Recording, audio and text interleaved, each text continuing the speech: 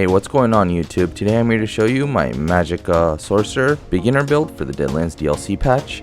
As a part of the beginner setup series, I'll be focusing on starting rotation and gear that are all easily accessible. For the sake of this theme and to be as new player friendly as possible, I'll be avoiding mythics, arena weapons, trial, or dungeon gear. Furthermore, the rotation for many classes will be simplified. This build is capable of pulling over 76k on the parse dummy and is viable for most starting content. The build specializes in normal group content such as trials, vet dungeons, and group arenas. This build works great in overland, but is not specifically designed for it. Furthermore, throughout this video, I'll be going over ideas and tips to further progress yourself into mid and end game. I'd like to note that although hybrid builds are some of the strongest builds right now, I'll be focusing on a more traditional setup that either focuses on Magicka or stamina. So without further ado, here we go.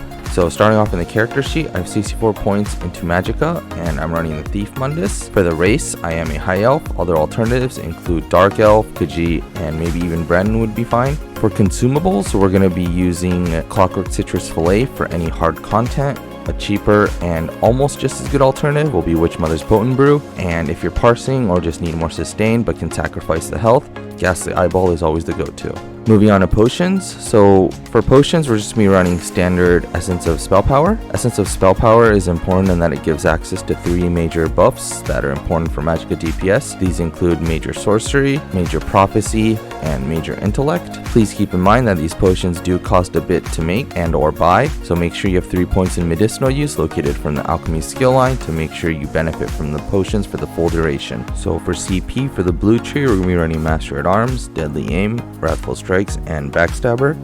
For the red tree, we're going to be running Sustained by Suffering, Rejuvenation, Fortified, and Boundless Vitality.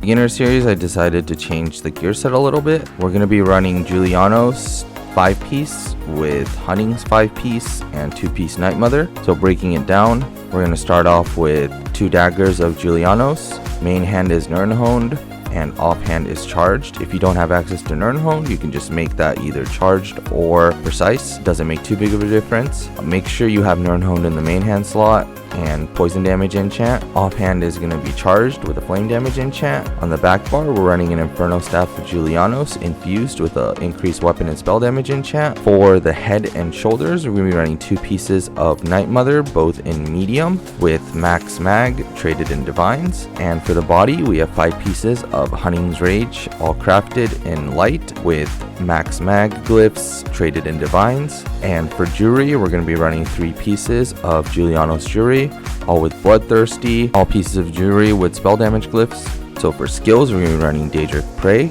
Crystal Fragments, Mage's Wrath, Volatile Familiar, Twilight Tormentor, and Dawnbreaker. On the back bar, we have Barbed Trap, Unstable Wall of Fire, Hurricane, Volatile Familiar, Twilight Tormentor, and Greater Storm Atronach. So for the rotation, we're going to be running something really similar to last patch, which is Barbed Trap, Unstable Wall of Fire, Hurricane, Daedric Prey, Volatile Familiar, and 8 Crystal Fragments. Whenever you have your Storm Atronach ready, just replace one of your Crystal Fragments with your Atronach, and at 20%, just use Mage's Wrath instead of Crystal Frags. In terms of progression, I definitely work on replacing Hunnings for Mother Sorrow as my first step. Mother Sorrow is a really good set and it's super easy to get considering it drops from Deshawn. For a basic beginner setup, it would be Mother Sorrow and Julianos paired with a monster set. For this particular setup, I'd recommend either Stormfist or Malda Inferno as the monster helms because Tempest Island and Vanisel 2 on Vet isn't too difficult and the sets are very strong.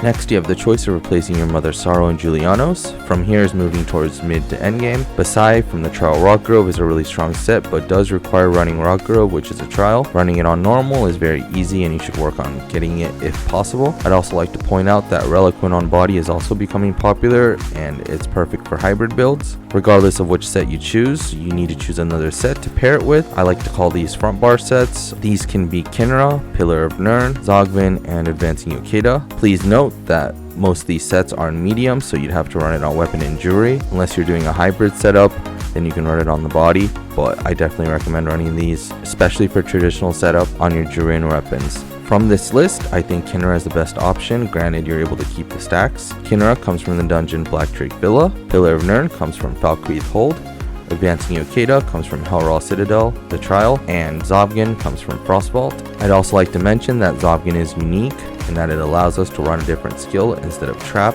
freeing up a bar slot. Next is the Mythic route and the Maelstrom Arena weapon. For Maelstrom Arena weapon, getting an Inferno Staff on the back bar is probably the best choice, unless, as I said earlier, you're going for a hybrid build. Then in that case, Great Sword would probably work better. Mythics is kind of a pain to get, but they are some of the strongest items in the game. If you are going to be running a Mythic, I'd go for a one-piece Slime Crawl Monster Helm paired with Harpooner's Wading Kilt as the Mythic. Harpooner's is viable for most content and is best in slot for that content. A good alternative will always be Death Dealer's Fate, and I also like to include that if you're doing solo content, Ring of the Pale Order is such a lifesaver. For monster helms, if you want to skip the Mythic route, we have a few options, but Stormfist, Kjarnar, and Maul Inferno are my personal picks, and I think that wraps it up. So just some really quick closing thoughts.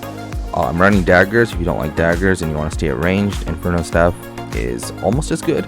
Just dagger seems to do a little bit more DPS.